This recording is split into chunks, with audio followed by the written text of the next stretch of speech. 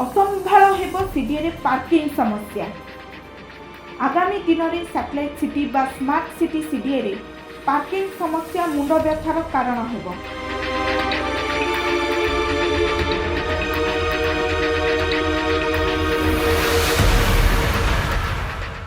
Vision 36 बेलू यह उत्कट रूप धारण कर आउ समाधान बाट न तेणु एबेठारु सतर्क होई पार्किंग समस्या समाधान बाट बाहर करने पड़िबो।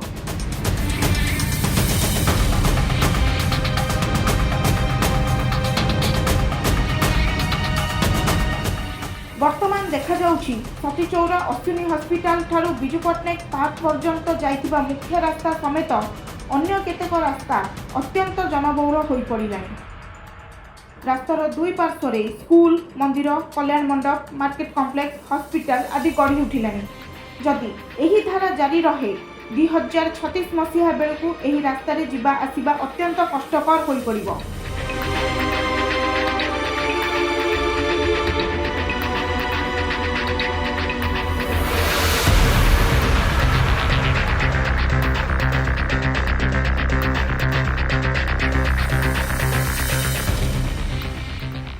तेणु एबेठारु सीडीए सीएमसी कर्तृपक्ष एवं नगर उन्नयन विभाग दूरदृष्टि संपन्न शहरी विकास नीति आपणे सीडीए विकास करिवार आवश्यकता रही।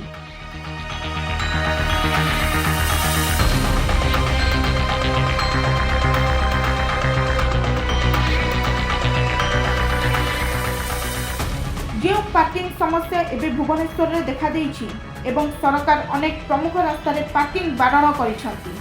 अमान्य कले मोटा अंकर फाइन। तेणु यही समस्या जेपरी सीडीए रे न हेबो सेथिप्रति एबेठारु सतर्क होई सीडीए रो विभिन्न सेक्टर रे थिबा जमी को सागमाछ दर रे न बिकी आगामी दिन में पार्किंग पई सेही सब जमी को संरक्षित रखिबाकू हेबो।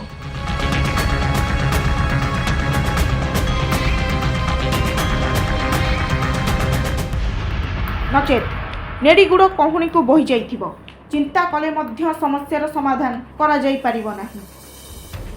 सीडीए कर्तृपक्ष सीडीए रो विभिन्न सेक्टर रो भविष्यतर ट्रैफिक समस्या को दृष्टि रे न रखी बड़ बड़ अपार्टमेंट बिल्डिंग कंस्ट्रक्शन अप्रूवाल देउछंती।